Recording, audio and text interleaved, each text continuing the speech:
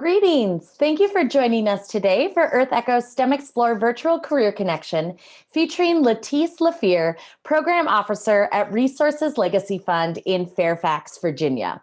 My name is Casey. I'm a Programs Manager here at EarthEcho International. We are so excited to have students from all over the globe joining us as we learn about exciting and sustainable careers in science, technology, engineering, and math. This event is part of STEMexplore, EarthEcho's program that brings inspiration to life by telling the stories of dynamic female professionals in STEM careers during live virtual career connections.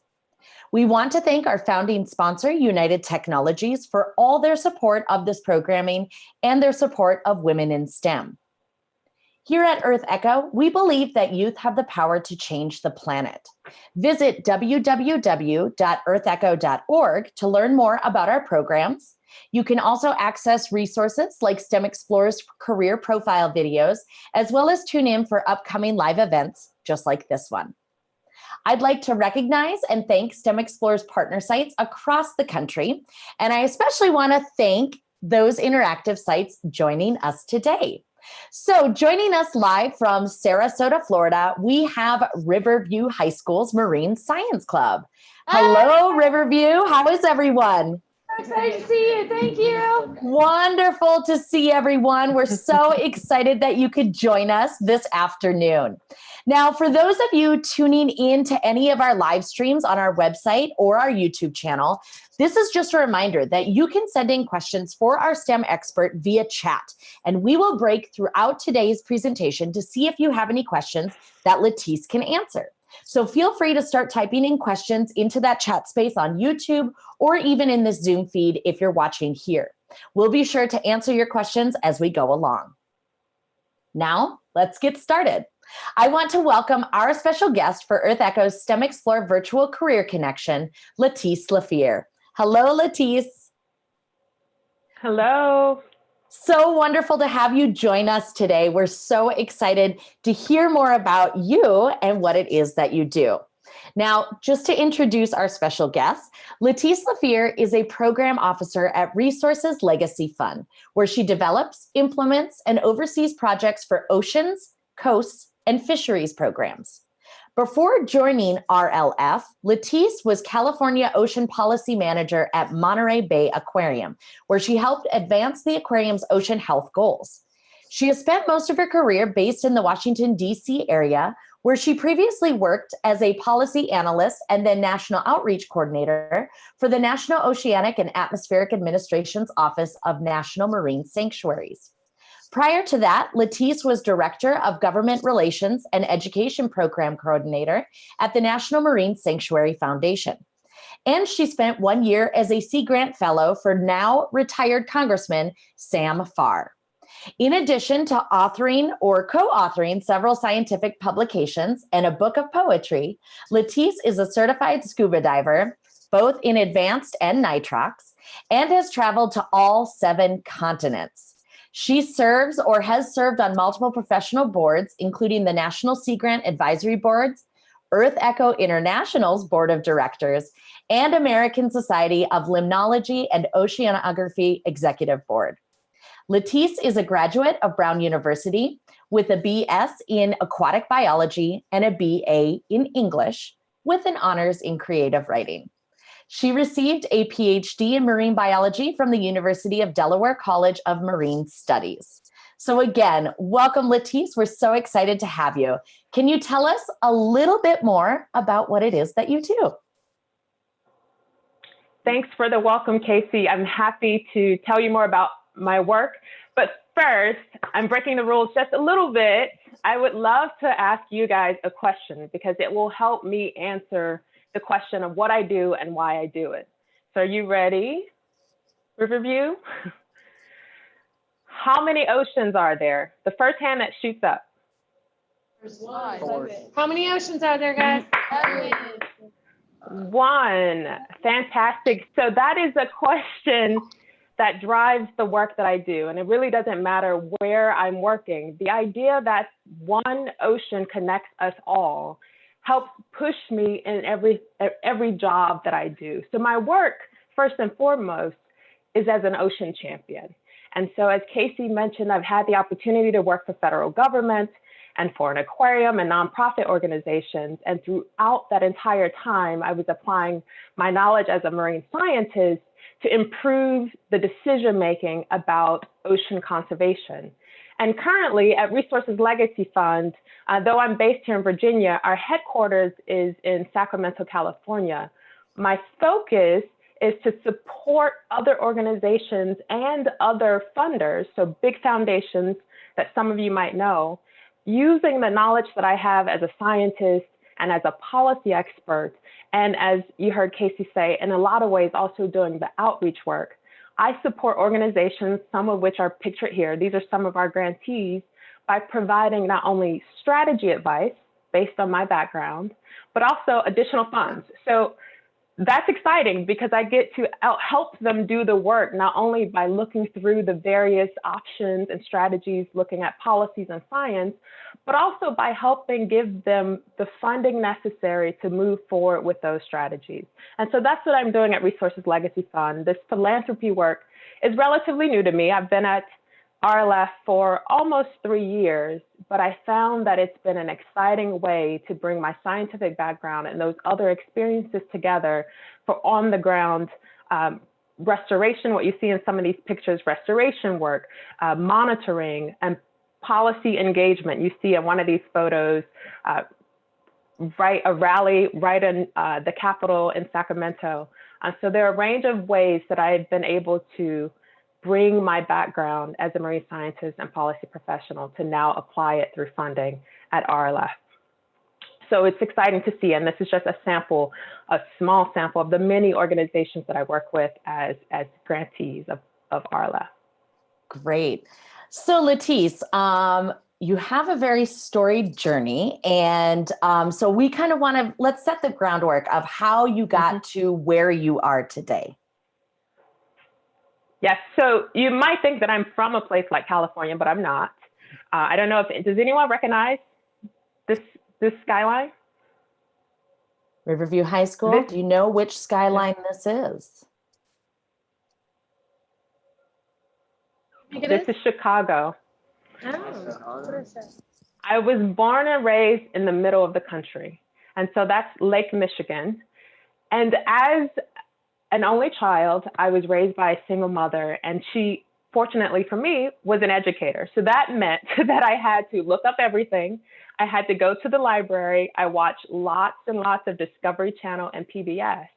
And she found that I was so excited about the shows that were focused on the ocean. And so she made me research, what are the things that you can do with this information, especially somewhere in the middle of the country like Lake Michigan. And just as a side note, one of the stories she loves to tell is that we were walking along one of these piers you see pictured here, and I jumped when I was 4 years old. And it's because I saw something swim by. It wasn't just the typical, I'm a kid, I want to splash around in the water. That was my only explanation to her. I saw something swim by. I was curious. Fortunately, she was holding my hand. I didn't fall. But my story started here in the middle of the country in Chicago. And I give a lot of credit to, on the next slide, I give a lot of credit to this place, the Shedd Aquarium. So though I was young and in the middle of the country and I wasn't sure how I could find a career in this space, I found myself spending a lot of time at the Shedd Aquarium. So in addition to my mother and in addition to Discovery Channel, the Shedd Aquarium was my connection to the ocean. And that's where I initially learned that there was this bigger connected world out there that I wanted to explore. So even by high school, by the time that I was where you are now, I was doing programs after school at the Shedd Aquarium and participating. So they also love for me to come home and say, and claim my marine biology background because of my beginnings at the Shedd Aquarium.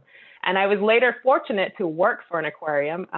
The Shedd might not want me to say this, but the best aquarium in the world, the Monterey Bay Aquarium. And so it was nice for me to bring that full circle and see some of that. But along the way, I had some of these other opportunities. So as Casey mentioned, I've been to all 7 continents and also to the deep sea. So during my time doing active research, during graduate school, I was able to go to the deep sea in submersible Elven, which you see in this first picture. And interestingly enough, while I was on that cruise, I wasn't there as a researcher. I was there translating the science for others. So I was going down and helping others who were chiming in, just like you. We did live webinars and phone calls from the deep to explain to them their connection to the ocean and understand why we were doing the science we were doing. And then I continued to do other research, even as I worked on Capitol Hill. I did my fellowship, as Casey mentioned, for a year in Capitol Hill. And immediately after that, I went to Antarctica for another research cruise. So I was starting to actively integrate my science background and the policy experience, and then making sure I was communicating that to a broader audience. And another story of coming full circle, just like with the aquarium, I was inspired by watching the Cousteau documentaries when I was in Chicago, and here I am having the opportunity to work with a Cousteau. So it just brings it all full circle. And during that time, I was also able to work with Sylvia Earle, who I think most of you will recognize the name Sylvia Earle, and Bob Ballard, who many of you know discovered the Titanic. He's done many more things besides that, but lots of folks know Bob Ballard because of discovering the Titanic. So I've had the chance to work with other ocean champions along the way, and it's nice to see things come full circle in this way. So that was my beginning. No matter where you are, you don't have to be in a coastal state like Florida. I truly believe that everyone has a connection to the ocean and can be an ocean champion no matter where they are. Excellent. And Letise, so you mentioned that you've been to the deep sea, you've been to 7 continents. It's so cool that you were able to be in Elven, which I think is just so amazing. What type of work did got you started in the field of marine science? Because we know that you are working, you've worked in policy and you're working at Resources Legacy Fund now, but what was your study of concentration? When I was an undergrad at Brown University, I studied aquatic biology. So while I was there, Brown is in Rhode Island, I was able to participate in a consortium with Woods Hole Oceanographic Institute while I was studying at Brown. So I did have the opportunity to work from my main campus and also go out to Woods Hole off the coast of Massachusetts. So that was my major, aquatic biology. And I again, because outreach has always been a part of what I do, English was my second degree, really communicating the work in a creative way, in a technical way, in a way that people can understand and be inspired by the science. And then I went on to graduate school immediately. I took a break. It's okay to take a break. I took a break between college and going straight to graduate school to travel and to explore other things. And then I went on to do my PhD at the University of Delaware in marine biology. Yeah. In marine biology. All right. Excellent. Okay, so you've laid down a really great groundwork and basis for what it is that you do and how you got to where you are. So I want to check in with our interactive site at Riverview High School in Sarasota, Florida, to see if they do have any questions for you. And I hope they heard you earlier that you love to take questions. And Riverview High School has a great marine science program out there. We've been doing work with them for years with our Water Challenge program. So we truly hope that those students out there have some questions for you. So Riverview High School, let's open it up to some questions. Casey, so this is that magical time when we have the transition. So we have I'm sorry. We'll do questions in the next round. Okay, sounds good. Thank you. Absolutely. All right, Letise. So with that, we actually have some questions coming in from our chat space. So one of them is, you've been to 7 continents. What was your favorite continent? Oh, that's not fair. Well, I would have to say, Antarctica initially. I'd have to say Antarctica because it's just one of the places where most people don't get to go. So I was fascinated. I went during Antarctica's summer month, which is our winter month. So I was there in February. And one of the coolest things in Antarctica at that time was that the sun never went down. There was never night. The days were such that you'd have a darkness and the sun would come right back up. So it was just one of those times of year where it was constant daylight. And in the 4 weeks I was on that cruise, I could actually see the days getting shorter. You could actually feel the time. So unlike when we fall back and spring forward now for daylight savings time, in those weeks, you could actually see the change in daylight. And the water was so clear. So we were there on a huge Russian icebreaker, and there were waves during a storm, and you could see right through. I mean, that quote unquote Arctic blue, see right through the waves clearly. So it was such a unique experience. And being able to touch penguins, like being able to interact with the wildlife as part of our research. I'd have to say Antarctica was my favorite continent because it's so unique. Great. I want to go. It's such a great idyllic picture. Another question coming in from our chat is, how do you define philanthropy? Philanthropy is a field of work where you provide grant funding. So it's often private foundations or private donors who invest in a certain line of work. It doesn't have to be conservation philanthropy, it could be other issues, but typically there are, it's just a field of work where you provide direct support through funding in initiatives. So Resources Legacy Fund is a conservation philanthropy organization. Excellent. It's giving. Great.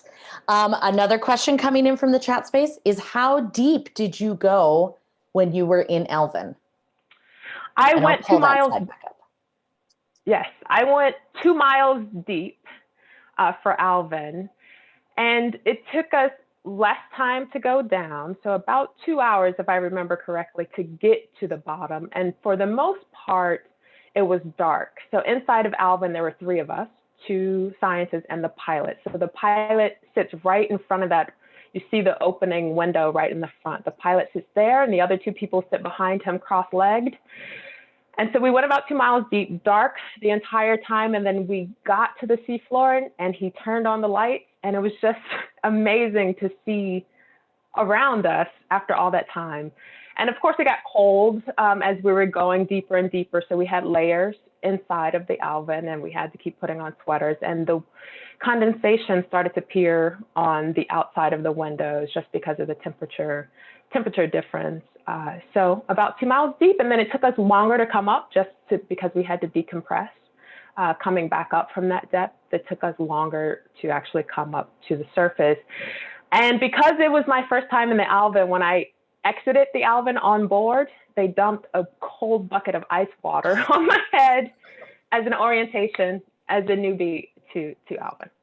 That's fantastic.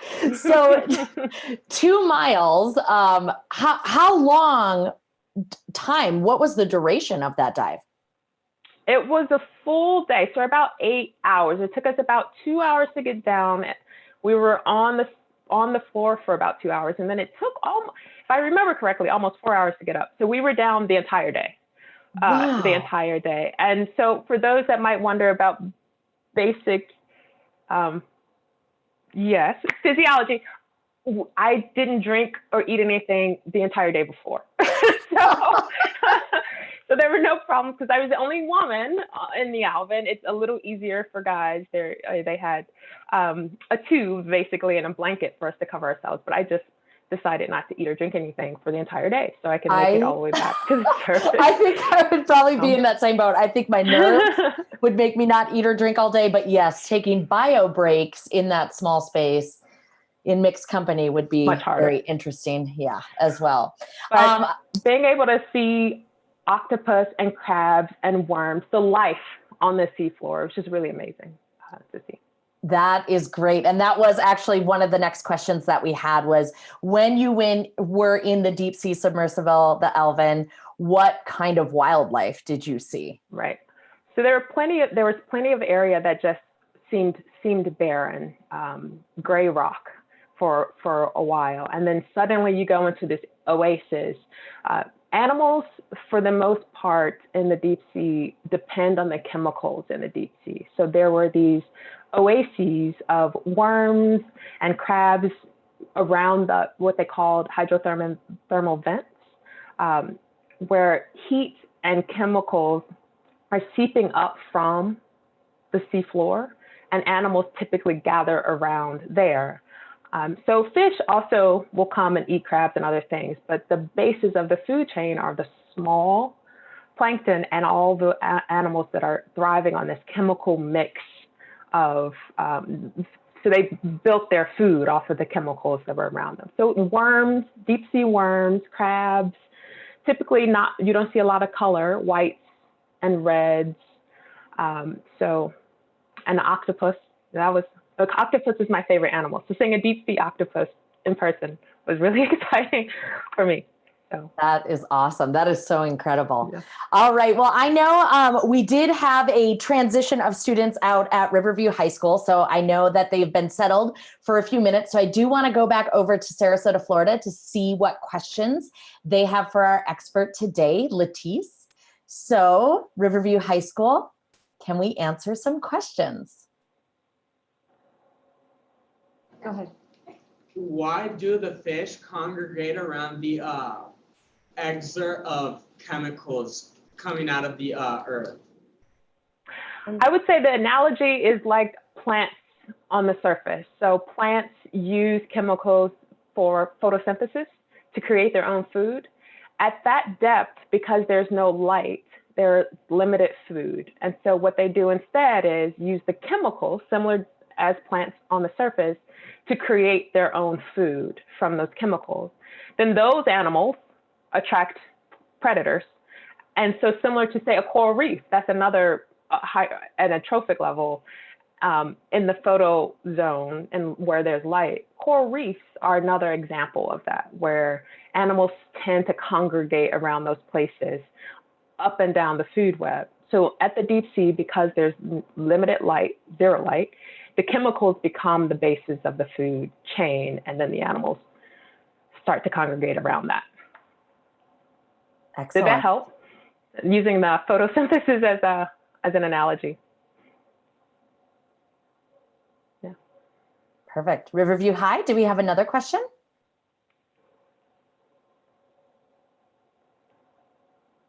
Wait. What did the penguin feel like? So when I had on gloves, sort of really thick gloves, so let's start with that because it was so cold. And so we had to try to grab them around the wings so they couldn't get up. So it just felt like maybe picking up a big chicken, a rooster or something like that. But I couldn't physically feel them with my fingertips just because I had on the gloves. And we were helping to weigh them in that case. So we would then hook them up to a scale and weigh them like you would produce in a grocery store, hang them in a bag. So we put them in a bag and hang the bag from a hanging scale to weigh them. What I thought was most interesting with the penguins is they were so curious. They just followed us around. They gathered around. They were not afraid of human contact at all. And so I have some great pictures that I couldn't easily pull up for this. I wanted to, with me just standing in a colony of penguins because they would just follow you around. It was also interesting to see how they got closer to bigger mammals on the beach, but in the water, they become prey in the water. So you have like leopard seals, for instance, in Antarctica, and they don't move very well on land. So the penguins would come pretty close to the leopard seals. I was surprised to see that. But in the water, the leopard seals are quite fast, and that's where they typically try to catch penguins to eat. So it was definitely interesting. But on the vessel, I did a lot of plankton toes as part of the research, and we would collect and count the types and number of plankton, zooplankton in particular, so small animals in the plankton toes. And we also found that whales were quite curious about what we would do. So they come right up to the ship, right up to the tow net, and stay with us, both on the icebreaker and when we were in smaller zodiacs, what they call zodiacs, the inflatable fast boats. The whales will come and follow us around. So it's just there was no threat as far as the animals were concerned. We weren't a threat to them. So I got really close to wildlife in an unexpected way. That's really incredible, especially that tidbit about the leopard seals, because they're quite an intense and an aggressive. Yes. They're ferocious. Wow, that really shocks me that they Right. do come closer to them on land. And it's funny you said that the penguins were curious. I recall back to my undergrad studies, and one of my biology professors, and this was in North Dakota, that's where I went to undergrad, and one of my biology professors, she did work in Antarctica, and she would describe the penguins to us and remark of how social they were and very curious. But she would say that she had pictures of the penguins around her legs, kind of slapping on their legs, just out of curiosity or trying to get them to move. But she just remarked at how incredible it was of how close they came to you. Right. That is cool. All right, Riverview, do we have another question?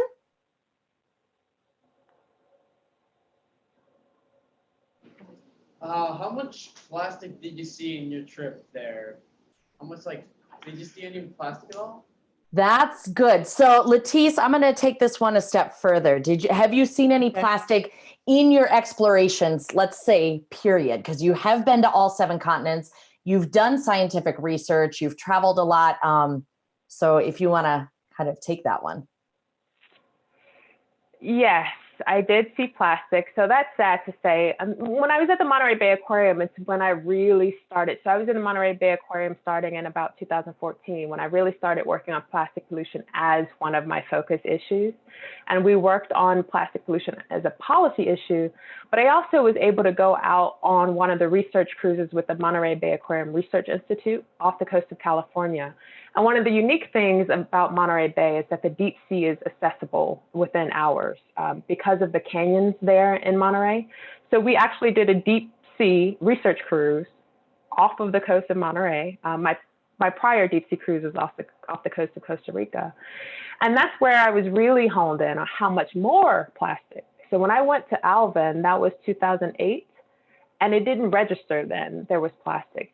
But now by 2014, in that deep sea cruise right off the coast of California, we were doing completely different work, and plastic was in every sample. We saw plastic on the video. It was everywhere in the deep sea. And so it hit me then that it'd only been years, and suddenly I'm seeing plastic the entire cruise.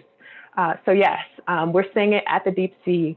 I've definitely engaged in coastal cleanups and those kinds of things, but finding it that it's most important at this point to stop plastic pollution at the source. Production is set to double in the by 2050 of plastics. And as many of you know, they're plastics that are durable plastics that we use regularly, including on our cell phones and computers. They're plastics that we use for 2 minutes, and it takes decades for plastics to break down, and they just become smaller and smaller and smaller plastics. So what we know is plastics in our food web, plastics are in our body, plastics last for decades, and they are toxic in themselves, but they also absorb toxins. They attract other toxins that attach to them. So yes, I saw them. I now know a lot more about plastic pollution than I thought I'd ever have to know. And it is definitely a disturbing issue from a scientific perspective and from a policy perspective. Absolutely. And that brings up plastic pollution in and of itself is a very hefty, heavy topic. And if anybody tuning in out there, especially in classrooms or after school sites, we have a great unit here at EarthEcho International called Expedition Plastic Seas.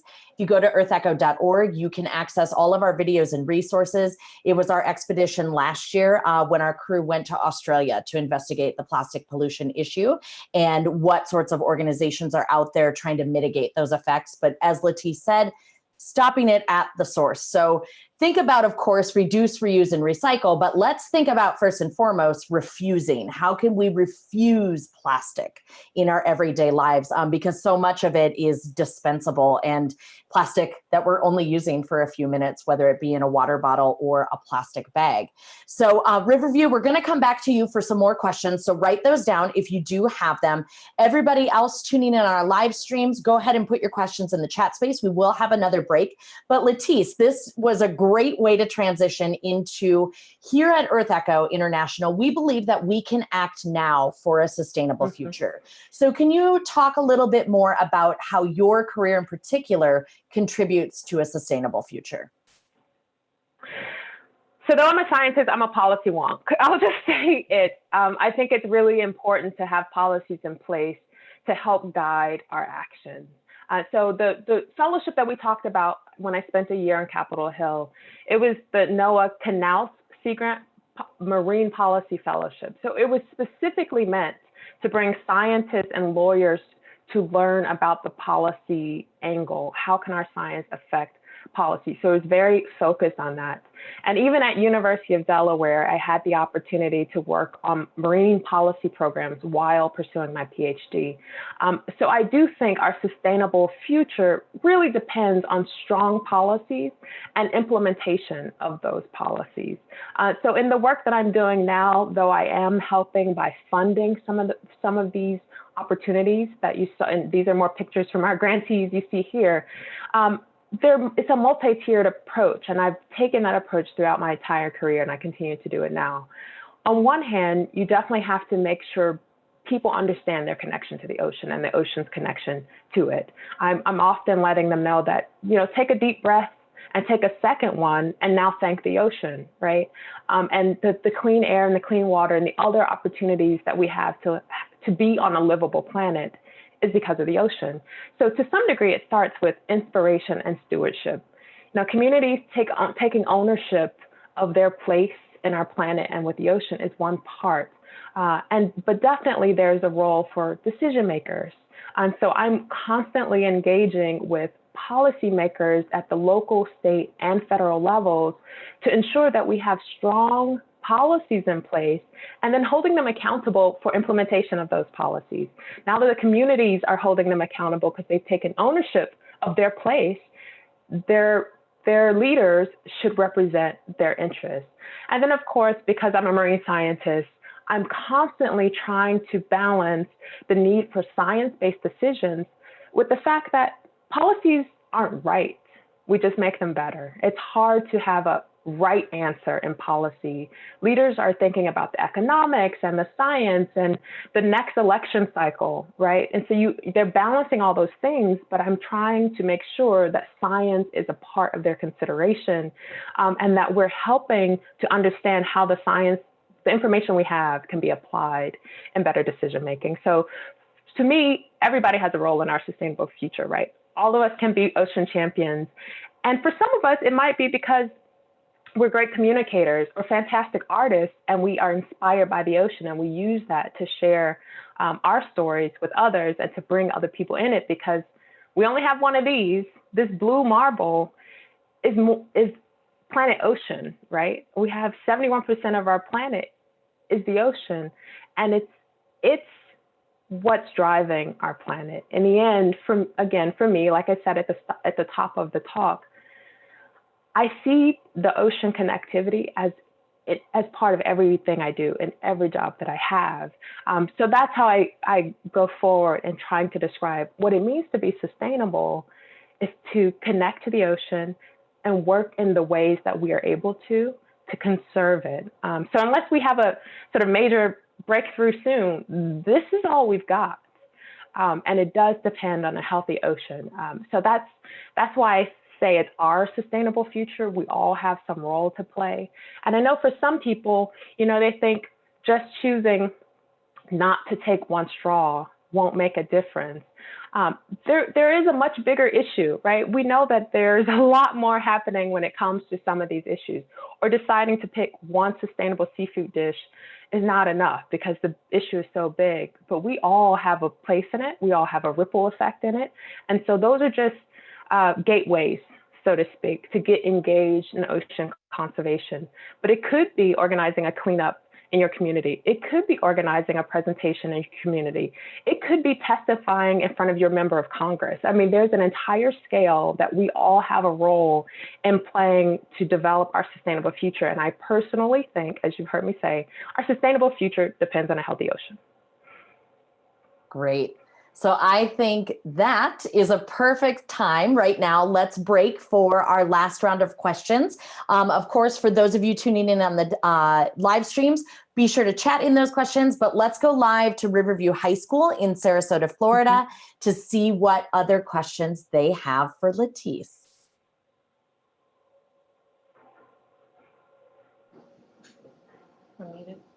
What is your most pressing policy change that or policy that you're looking at right now?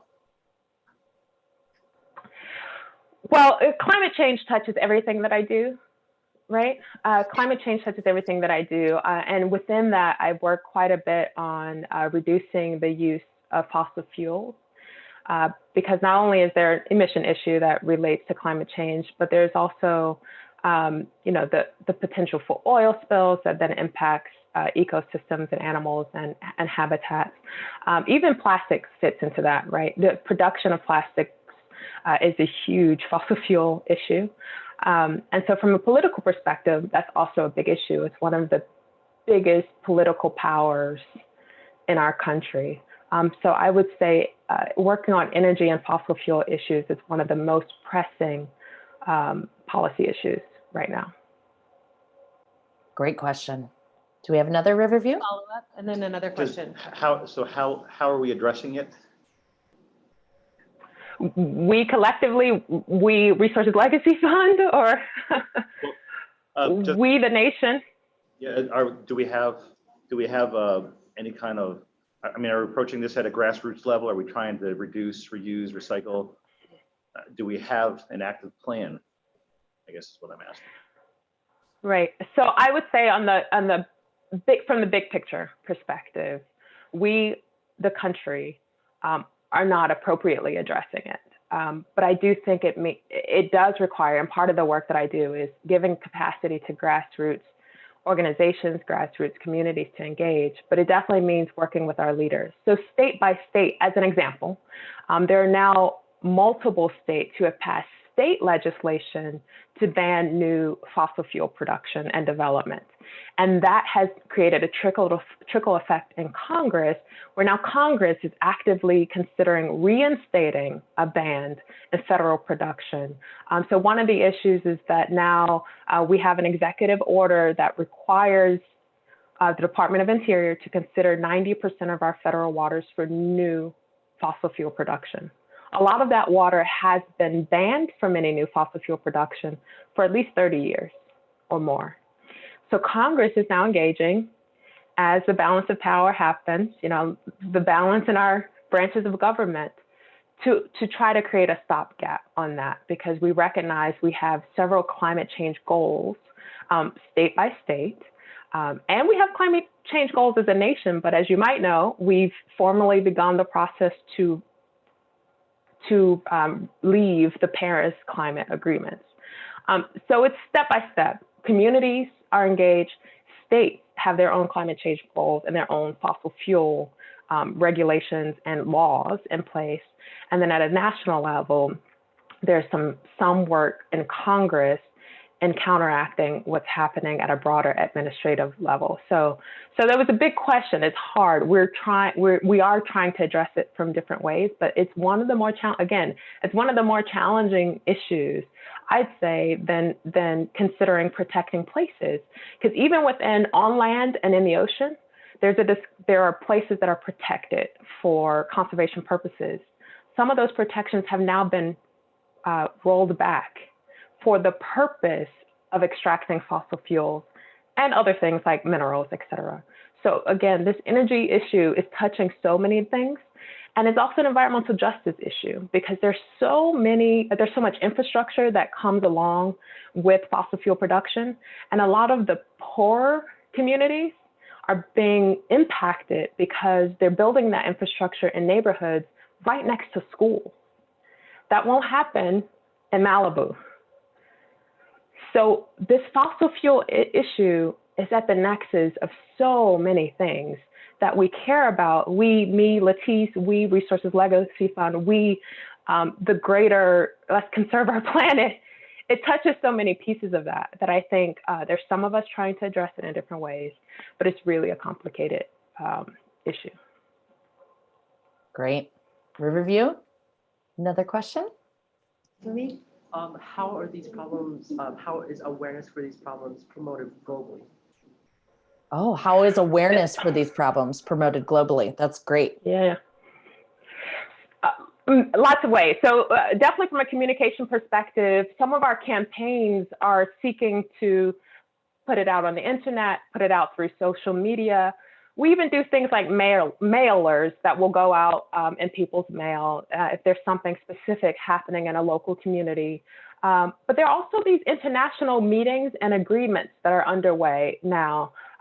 Things like, I don't know if you know, COP25 or our ocean conference or UN ocean conferences. There's several active international agreements and the negotiations happening right now.